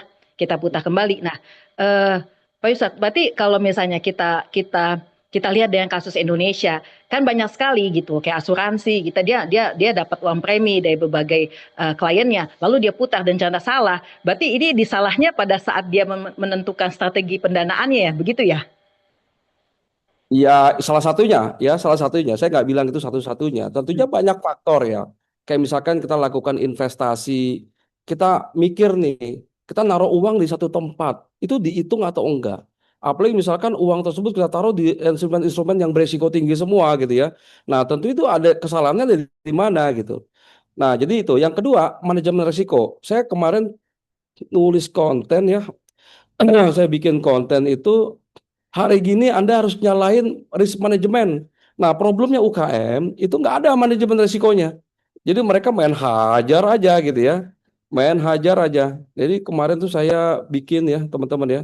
Bikin satu konten tentang Anda wajib pastikan ada manajemen risiko dalam jalankan bisnis. Terutama apa? Terutama ketika Anda misalkan melakukan apa tuh investasi atau di bisnis, resikonya mesti kita mapping. Apakah ada resiko kredit, apakah ada resiko operasional, apakah ada resiko likuiditas gitu ya. Lalu solusinya apa? Apakah kita asuransikan, apakah kita segala macam. Jadi jangan sampai kita menghadapi satu kondisi bisnis yang tiba-tiba jebret itu langsung bikin kita babak belur ya habis itu jangan. Sekarang lebih apa ya, gas rem aja. Jadi jangan jangan over ngegas gitu ya teman-teman ya. Jadi kita gas rem main aman lah, main aman, tarik ulurnya gitu ya. Jadi jangan terlalu eh, apa namanya confident ya terhadap bisnis kita karena kondisi ekonomi sekarang juga lagi nggak menentu ya. Selalu gitu ya. Jadi semuanya banyak faktor Bu, pemilihan investasinya gitu ya dan segala macam. Oke, baik, Coach Yusak. Sudah jelas, Budi ya? Oke, Terima kasih ya, mudah-mudahan terima menjawab kasih, ya. terima kasih, terima kasih. Oke, baik, Ini terima ada kasih. pertanyaan lagi di chat nih, Bu Ya, Feti. betul, Pak. Betul, Coach. Nah, di sini Halo. dari Risi. Halo, suara saya jelas? Ya, dari Risi, Coach. Ada, sebentar. Di sini dari Risi. Eh, Oke, ini untuk cash flow yang terikat perjanjian kerja khususnya pada perusahaan jasa outsource di mana perjanjian awalnya 3 bulan talangan gaji baru dibayar di bulan keempat. Sedangkan laba atas kegiatan hanya sekitar 15%. Sedangkan untuk nutup operasional ada cost of fund 5%. Pertanyaannya bila ada ancaman pemutusan kontrak, lebih baik mana cari user yang bayar tempo 30 hari baru bayar dengan margin 5% atau cari yang tempo 90 hari baru bayar dengan net margin 10%, Coach? suara saya jelas nggak nih? Jelas, Tadi jelas. kayaknya saya agak keputus, Bu Feti. Jelas, jelas, Coach. Jelas ya, oke, Bismillah ya. Oke, Mbak Risi yang sekolah Unpad, da- Risi yang sekolah Unpad dari Bekasi. Untuk cash flow yang terikat perjanjian kerja, khususnya pada perusahaan jasa outsource, di mana perjanjiannya bayar 3 bulan talangan gaji, oke, baru dibayar di bulan keempat. Oke, berarti kan asumsinya ini dia eh, nambah 1 bulan ya dari jatuh tempo ya, betul Iya nggak? Pak, iya Sedangkan benar laba Pak. ya, sedangkan laba atas kegiatan hanya sekitar 15%. Oke, sedangkan untuk operasional ada cost of fund 5%. Begini, katakan 4 bulan berarti uangnya baru masuk ya, perjanjian 3 bulan baru tambah realisasi 1 bulan, berarti total kita duitnya mati 4 bulan. Nah, kita punya margin di 15%. Nah, apakah ini bagus atau enggak? Tentunya enggak bagus. Lalu bagaimana kita menghitungnya? Kalau saya biasanya ngitungnya gini, makin lama customer itu bayar, ya, makin lama, maka saya makin harus menghitung cost of fund-nya. Katakan saya ambil cost of fund-nya 1 bulan 1%. Contoh kalau saya utang ke bank. Kalau saya utang ke bank, itu misalkan bunganya misalkan 12% setahun. Artinya 1 bulannya kan 1%. Berarti kalau 4 bulan sebenarnya saya ada tambahan biaya 4% tuh. Betul ya? Ada tambahan biaya 4% dari cost of fund-nya. Nah, itu hitungan kasarnya aja ya, hitungan kasar saya. Maka kalau memang kondisinya seperti itu, biasanya saya minta kompensasi di harganya. Gitu loh. Jadi kalau dia mau bayarnya lebih lama, saya minta harganya nggak segitu dong. Saya tambahkan di harganya mungkin sekitar 4 sampai dengan 5% untuk mengcover ya cost apa namanya waktu jaraknya itu gitu. Ya kalau nggak kita akan loss gitu ya. Contohnya misalkan gini, dia minta diskon atau kita balik aja, kita balik. Mau nggak customer kita bayarnya cash atau 1 bulan, kita kasih diskon 3% misalkan. Ya, sama kan? Kita kasih diskon 3%, tapi dia bayarnya lebih cepat. Gitu. Yang sekarang pertanyaannya yang mana yang kita butuhkan? Nah, itu yang namanya cash discount namanya. Iya, kalau kita butuhnya cash flow, mendingan kita korbanin profit sedikit tapi dapat cash di depan. Gitu ya. Nah, itu bisa Anda lakukan. Itu biasa kok, ya. Pak Risi ya, ternyata Bapak nih, Kang nih. Ya, mudah-mudahan Pak, membantu ya. ya Kang Risi. sering bertanya Pak, suka ikut pelatihannya Ya. juga. Oh, no, makasih, makasih. Ya, salam buat Bapak dosen juga Pak Wahyudi sama Bu Sriyadi Pak. Sama-sama mahasiswa Pak. Oh, ya. Sering Ini, ikut Coach. ini sering ikut kelas saya nih. Kalau nggak salah nih, rajin nanya nih. Rajin ya coach ya. Siap, Rajin, terima Oke. kasih rajin. masukannya Pak. Siap, salam kenal. Ya, Mari. Oke, terima kasih banyak Kang Risi atas ya. pertanyaannya. Oke, pertanyaan berikutnya Coach. Dari Lensi, Coach untuk piutang sebaiknya berapa persen batas maksimumnya dari omset ya Coach? Nah, ini macam-macam nih. Kadang-kadang kita suka nggak bisa nolak. Kalau Anda bisnisnya sama pemerintah, wah kacau ya. Anda produksi sekarang baru dibayar Desember gitu kan. Nah, maka kalau bisnis sama pemerintah memang pastikan marginnya harus besar-besar gitu ya. Kecuali Anda pemilik dapur MBG gitu ya. Kayaknya untung tuh. Nah, jadi tergantung nih. Kadang-kadang kita bisa atur. Tapi tentunya gini ya teman-teman. Kalau bisa sih bayar dapat cash. Itu yang penting. Tapi kalaupun misalkan ada porsi piutang gitu ya. Kalau bisa minimum maksimal ya 50% deh. Jadi misalkan kalau omset Anda 10 miliar, 5 miliar itu bentuknya cash, 5 miliar lagi bisa bentuknya piutang. Ya, jadi kalau 100% piutang ya Anda harus cari pendanaan untuk nutupin modal modal kerja. Nah, kalau bisnisnya telanjur dengan government, coba cari channel baru, misalkan channel bisnis yang baru dengan B2B atau B2C yang paymentnya bisa lebih cepat. Gitu ya, eh Mbak Lensi ya, mudah-mudahan Oke. menjawab. Oke, oke, terima kasih Coach. Yang berikutnya terakhir di yang pertama ya Coach ya, dari Boboy. Dalam era modern sekarang ini, UMKM apa yang cocok untuk dibangun dan dikembangkan Coach? Ya, ini kemarin saya diskusi dengan pakar marketing ya, dengan salah satu pakar marketing. Nah, dia bilang kayak gini, ini ada perubahan perilaku konsumen terutama di Gen Z. Sekarang Gen Z ini udah populasinya udah sangat besar. Dan Gen Z ini punya salah satu karakter yang beda. Nah, salah satunya Gen Z ini suka memberikan self reward namanya. Katanya gitu ya. Jadi katanya Genji ini suka nih, dia suka healing, dia suka ya baru dapat apa sedikit dia kasih reward buat dirinya. Nah, kalau kayak gitu, industri apa yang lagi bertumbuh? Industri ya yang bisa membantu orang menghilangkan stresnya. Contohnya apa? Kopi shop.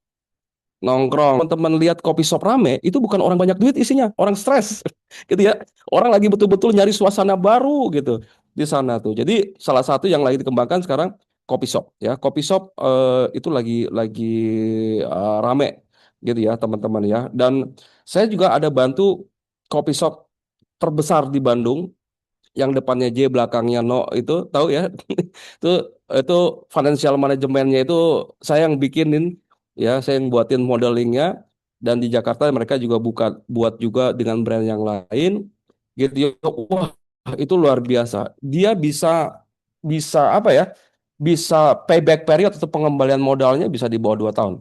Ya cepat banget. Padahal investmentnya cukup besar. Dan itu rame mulu teman-teman. So jadi menurut saya kopi shop oke sekarang. Soalnya gitu ya.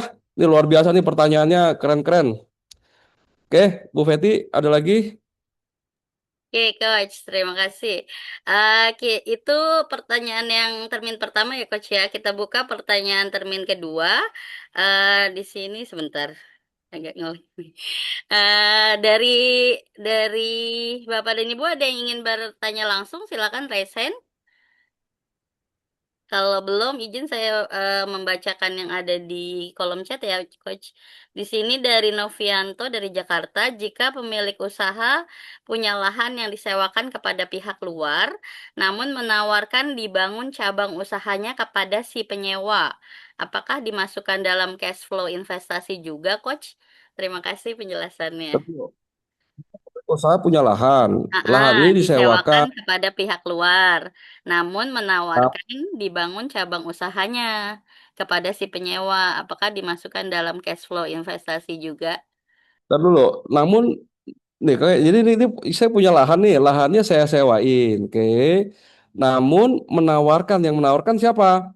Menawarkan dibangun cabang usahanya, usaha saya berarti Hmm. kepada sewa. Ini yang mana nih yang pihak ketiga nih? Saya agak bingung nih. Coba Pak Novianto mungkin nih bisa bertanya langsung Pak Dimasukkan dalam untuk konfirmasi. Ya, ya gimana? Silakan Pak. Ya. jadi saya punya lahan, Oke. saya tawarkan untuk disewakan, tapi saya juga langsung menawarkan eh, apa namanya untuk bisa dibangun salah satu cabang dari usaha saya kepada si penyewa itu. Nah, apakah pada saat si penyewa lahan itu sepakat gitu ya, mau itu nanti dalam apa namanya pencatatannya dia masuk ke dalam eh, apa cash flow investasi atau pendanaan jadinya tuh coach. Ya gini. Kalau kita ngomongin cash flow itu hanya bicara uang masuk dan uang keluar. Di sini yang mesti Pak Novianto lihat lagi adalah dari mana sumber uang masuknya. Kalau sumber uang masuknya dari sewa, ya dari sewa kan Pak Novianto dapat pendapatan sewa tuh kan, Ya, betul ya. Nah betul. berarti itu ada uang masuk dari apa tuh? Dari pendapatan tuh, dari pendapatan sewa. Lalu uang keluarnya apa? Uang keluarnya tadi Pak Novianto ngebangun outletnya di situ. Ya, Nah, ya, gitu ya. Nah, ngebangun outletnya pakai duit siapa, Pak? pakai duit saya. Nah, berarti ada uang keluar dari investasi di situ. Oke, Ya, jadi dicatat sebagai uang keluar dari investasi karena Pak Novianto ngebangun capex di situ. oke. Oke. Terus apa problemnya? Jadi pencatatannya itu sebagai apa cash flow investasi ya Pak ya, bukan bukan sebagai pendanaan gitu. Cash outflow from financing. Dapat pendanaan Oke, emang Pak Novianto dapat dana dari mana? I see. Hmm. Oke. Jadi itu uang masuknya dari pendapatan sewa gitu ya, uang keluarnya dari capital expenditure yang tadi itu Betul. Oke. gitu ya. Sip. Nah, nanti Clear, Coach. tinggal dihitung tuh bagi hasilnya kan itu belum selesai tuh. Ya, Ya, betul. tinggal dilihat aja nanti bagi hasilnya berapa. Solo gitu ya. Siap. Terima kasih Coach. Ya, sama-sama. Oke, mana lagi nih? Oke, terima kasih Coach. Yang berikutnya ada dari Muhammad Gaza. Ini. Sebentar. Nih, geser. Muhammad Gaza izin bertanya, Coach. Kami sudah terlanjur mengambil utang bank saat ini. Nilainya sama dengan EBITDA kami setiap bulannya. Apa yang harus kami lakukan selain dengan efisiensi biaya dan juga meningkatkan performa sales? Terima kasih, Coach. Dia ngambil nilai utangnya sama dengan EBITDA. EBITDA-nya. Misalkan EBITDA-nya sebulan 1 miliar, wow keren ya. EBITDA-nya sebulan 1 miliar. Utang yang diambil 1 miliar. Pertanyaannya gini, Anda ngambil utang untuk apa? Itu dulu. Apakah untuk modal kerja, gitu ya, ataukah untuk buat investasi, beli aset atau apa, gitu ya. Nah, sekarang kita lihat ya, porsi utang yang diambil itu 1 kali dari EBITDA-nya. Apakah Anda narik itu tiap tiap bulan atau enggak gitu? utangnya itu atau cuma sekali aja ya. Nah, untuk mengetahui utang yang Anda ambil sehat atau enggak, ada dua rasio keuangan yang harus teman-teman lihat. Yang pertama adalah debt to equity atau debt to asset ratio. Lihat itu. Lihat kira-kira sekarang porsi utangnya terhadap asetnya berapa persen. Kalau misalkan Anda punya utang 1 miliar, tapi Anda punya aset 10 miliar, which is masih oke sebenarnya, masih aman. Ya, itu yang pertama ya. Tapi kalau misalkan jumlah utangnya Anda ada 9 miliar, asetnya ada 8 miliar, ya udah nggak sehat dong gitu kan. Nah, jadi itu yang pertama. Yang kedua, lihat interest coverage ratio-nya. Nah, interest coverage ratio itu adalah rasio seberapa mampu perusahaan itu bisa mendanai bunga. Ya, itu biasanya perbandingannya antara bunga dengan laba operasional atau pakai EBIT tuh, earning before interest dan tax ya. Nah, perbandingannya sampai berapa? Kalau misalkan nih porsi bunganya, bunga yang Anda bayarkan 100 juta, tapi Anda punya EBIT misalkan cuma 120 juta, ini udah bahaya gitu. Ini hampir 100% laba operasionalnya untuk bayar bunga doang, ini juga nggak bagus. Jadi coba lihat rasio dari interest coverage ratio dan debt to asset atau debt to equity rasionya ya. Saya nggak tahu ini masih sehat atau enggak. Anda sendiri yang bisa lakukan dengan melihat laporan keuangan. Analisa. Kira-kira gitu ya. Nah, jadi pertama adalah gini. Lihat itu utang untuk apa. Kalau utangnya untuk modal kerja ya dan berputar, saya pikir masih oke. Ya, saya masih oke. Tapi kalau utangnya Anda mau matiin nih dengan membeli aset jangka panjang, menurut saya itu beresiko. Ya, apalagi di kondisi kayak sekarang. Yang kedua, analisa di neracanya, lihat porsi debt terhadap asetnya dan debt terhadap equity-nya. Ya, lihat rasionya. Yang ketiga, lihat di operasional, di laba rugi, interest coverage ratio. Kalau Anda nggak tahu itu, chat GPT aja. Ya, kira-kira bagaimana ngitungnya itu jauh lebih gampang. Selalu gitu ya. Mudah-mudahan menjawab ya, Pak Gaza. Oke, baik. Terima kasih, Coach. Oke, dari sini ada lagi Bapak dan Ibu yang ingin bertanya? Oke, ada yang langsung dari Atra, silakan. Tidak. Oh, ini ada lagi Coach satu lagi di sini mau tanya dari Koi. Saya punya program nabung akikah untuk mendapatkan cash in lebih cepat. Terus untuk pengolahan cashnya kalau dimasukkan ke instrumen investasi, cocoknya di mana? Kalau digunakan untuk marketing risk manajemennya gimana, Coach? Marketing risk management. Oke, ntar dulu ya. Ini satu-satu nih pertanyaannya. Anda kan narik duit nih. Anda bikin program nabung akikah. Saya juga baru tahu ya, ternyata akikah bisa ditabung ya. Oke, nggak apa-apa lah ya. Jadi ada program nabung akikah. Jadi Anda, customer Anda bayar dulu nih nabung gitu ya. Baru akikah. Ntar dulu ya, terlalu lucu nih. Akikah ini kan untuk ini kan, potong kambing untuk anak ya. Ya, betul. Tapi anaknya udah lahir dulu atau lagi hamil mungkin ya, gitu ya. Atau dia udah mulai nabung nih untuk akikah nanti. Tapi nabungnya berapa kan tergantung jenis kelamin. Kalau kelaminnya laki-laki 2 kambing ya. Lucu juga tuh. Oke lah, oke saya jawab secara general aja ya. Oke, Anda narik dulu duit customer, dia nabung. Berarti kan di dalam laporan keuangannya Anda catatkan itu sebagai utang kan, belum sebagai revenue, betul ya? Itu kan catatnya sebagai utang, utang terhadap cash kan. Jadi utangnya bertambah, cashnya bertambah. Belum terjadi penjualan, karena penjualan nanti terjadi pada saat Anda serah terimakan tuh kambingnya itu atau dalam bentuk makanan. Nah, lalu kan ada resiko tuh, ya. Ada resiko misalkan Anda saat ini dealnya nih, harga akikahnya satu paket misalkan 5 juta lah gitu ya. Sekarang berapa ya akikah? Let's say 5 juta gitu ya. Nah, baru nanti serah terima pekerjaannya itu di 6 bulan. Berarti kan ada resiko kenaikan harga tuh. Ya, Anda harus bisa prediksi. Kalau Anda pemain akikah, Anda udah bisa prediksi kira-kira kenaikannya itu berapa persen. Nah, sebaiknya duit itu gitu ya, kalau Anda taruh di rekening tabungan, ya, Anda taruh di rekening tabungan duit itu, misalkan nanti kan duit itu akan turun tuh nilainya 6 bulan. Kalau inflasi setahun misalkan 3%, ya Anda kena 1,5% misalkan kalau 6 bulan. Nah, sebaiknya Anda taruh di instrumen yang aman. Yang pertama, yang aman dan liquid. Ya, contohnya apa? Contohnya Anda taruh di obligasi, deposito, atau sukuk yang aman. Gitu ya. Anda taruh di situ. Nanti bagaimana cairinnya? Cairinnya bisa lewat metode back to back loan. Ya, itu di bank itu ada yang namanya pinjaman back to back yang jaminannya obligasi. Gitu ya. Misalkan obligasi jatuh temponya 1 tahun. Anda bisa nggak tarik di 6 bulan? Bisa. Cara nariknya adalah dengan back to back loan. Ya, Tuh. back to back loan itu kalau nggak salah rate-nya itu murah ya. Kalau di bank Himbara itu cuma 1% kalau nggak salah. Tapi kalau di bank konven kayak di BCA itu malah lebih rendah bunga deposit bunga back to back-nya terhadap imbal hasil dari obligasi. Jadi Anda masih dapat.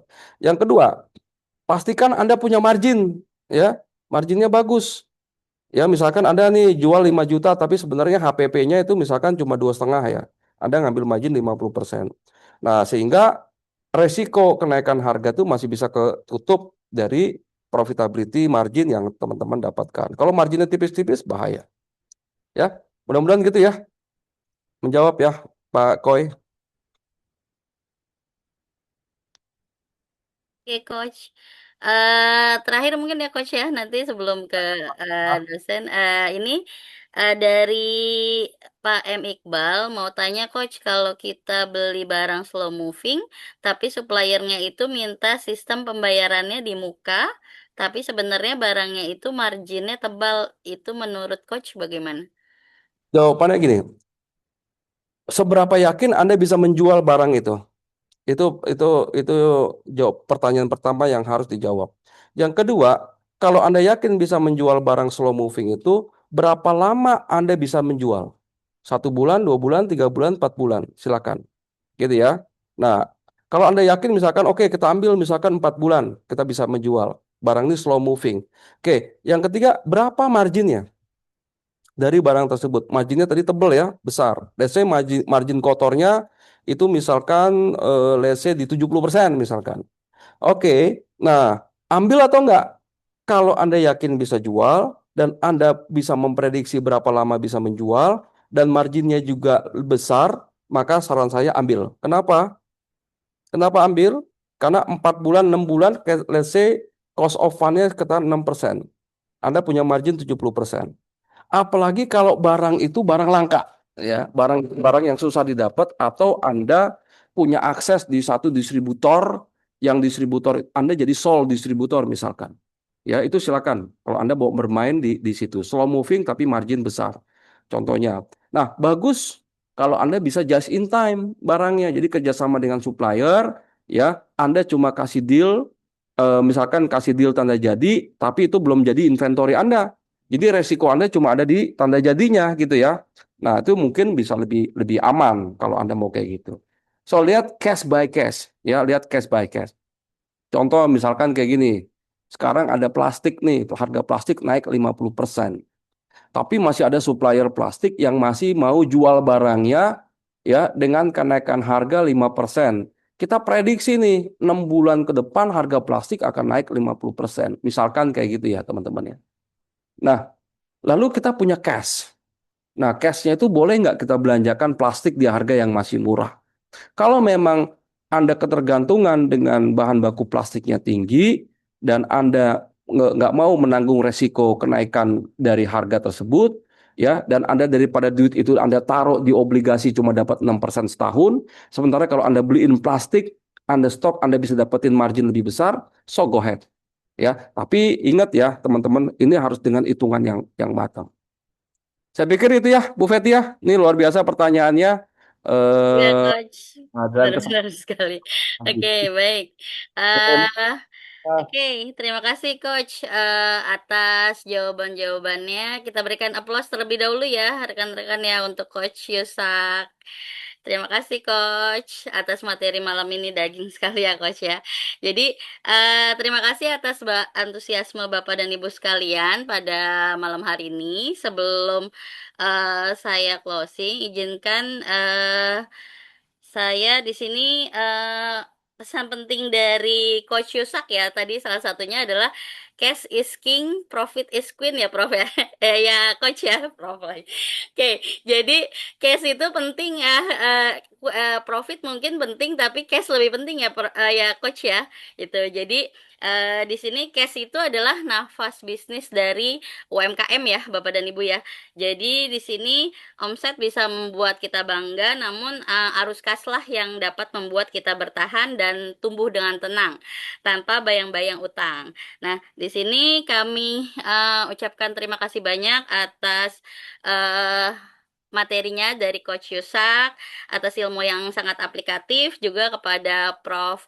Ricci dan juga tadi Ibu ini Hanida dari UMKM Orange. Nah, di sini sebelum kita closing Coach, mungkin bisa dipilih 4 penanya terbaik Coach untuk nanti kita berikan door prize nih Coach.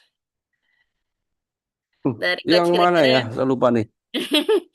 Yang pertama ya Budiah tuh, itu Oh, terbaik tuh. Budia, siap. Oke, Eh, Budia, lalu Bentar ya, yang kedua Pak Iqbal. Pak Iqbal juga oke. bagus. Ibu dia, Pak Iqbal, Iqbal. Tadi Pak Risi ya, Pak Risi juga Risi, bagus. oke. Satu lagi, Coach. Nah, dengan Pak Gajah nih, Pak Gajah ya. Oh, Gajah. Gaza, oke. Baik, terima kasih, Coach. Nanti untuk Ibu Dia, Pak Iqbal, Pak Risi, dan Pak Gaza bisa mencantumkan nomor WA untuk dihubungi di kolom chat ya, atau bisa nanti menghubungi nomor WA saya di apa namanya? Di link webinar ya, Bapak dan Ibu ya. Soalnya sepertinya sudah ditutup ya di sini. Nanti coba saya minta eh, operatornya suruh untuk buka kembali. Oke, baik. Terima kasih Coach Yusak atas materinya. Baik, sebelum saya berikan ke MC, izin kami memberikan waktu kepada dosen kami. Ada di sini ada Prof. Wahyudin, Bu Dr. Sri Hadi, dan Pak Aga. Mungkin ada yang ingin disampaikan, Prof. Bu Dr. Sri Hadi ataupun Pak Aga, dipersilahkan. Oke, nanti saja pada saat evaluasinya Kamis ya. Oke, baik. Ya. Baik, siap Prof. Wahyudin. Terima Ah, kasih, Prof. Baik, kalau sudah tidak ada, mungkin dari bisa kita kembali ke MC, diberikan lagi kepada MC, pada Mas Junet, Kang Junet, dipersilakan. Baik, terima kasih Bu Feti selaku moderator yang sudah memandu jalannya pemaparan materi tadi dari Coach Yusak dan juga diskusi. Kita berikan tepuk tangan secara virtual, boleh Bapak Ibu. Luar biasa sekali ya. Hari ini kita mendapatkan insight yang begitu luar biasa. Dan tentunya dengan berakhirnya sesi diskusi tadi, maka berakhir pula seluruh rangkaian kegiatan kita pada malam hari ini webinar kita. Tapi jangan lupa perlu kami infokan juga nanti di tanggal 14 April itu akan ada webinar lagi dengan tema UKM Siap Cortex. Nah, ini nanti akan di-share ya oleh teman-teman Dr. Ilmu Akuntansi. Bagi teman-teman yang berminat nanti bisa join lagi dan kita bertemu lagi tentunya di ruangan webinar lewat Zoom ini. Kami juga mengucapkan terima kasih sebesar-besarnya kepada Bapak Ibu yang sudah hadir, para peserta, terutama kepada Kaprodi Dr. Ilmu Akuntansi yang tadi sudah memberikan sambutan, kemudian juga kepada Bu In tadi ya, perwakilan dari komunitas binaan Unpad, serta juga tentunya kepada Coach Yusak yang tadi sudah memberikan materi yang daging sekali sebenarnya. Dan tentunya juga informasi terkait sertifikat keikutsertaan nanti mungkin karena tadi sudah mengisi link presensi yang sudah terhubung dengan email Bapak Ibu, nanti mungkin akan dikirimkan lewat email atau akan dikonfirmasi lebih lanjut oleh panitia. Akhir kata, sekali lagi terima kasih Bapak Ibu sekalian. Selamat melanjutkan aktivitasnya. Dan tentunya buat Bapak Ibu yang saat ini sedang berada di dalam sebuah aktivitas untuk bagaimana bisa menjadi pelaku-pelaku UKM yang punya intinya tadi seperti yang Coach Yusuf bilang ya, di mana kita tuh sehat lah istilahnya, UKM yang sehat tuh seperti apa tadi sebenarnya udah disampaikan oleh Coach Yusuf. Dan untuk itu saya juga selaku MC memohon maaf apabila terjadi salah ucap sama acara ini berlangsung. Bapak Ibu, kita akan berjumpa di lain kesempatan.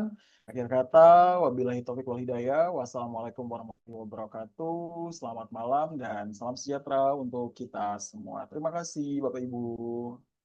Selamat malam Bapak dan Ibu semuanya. Terima kasih atas kehadirannya.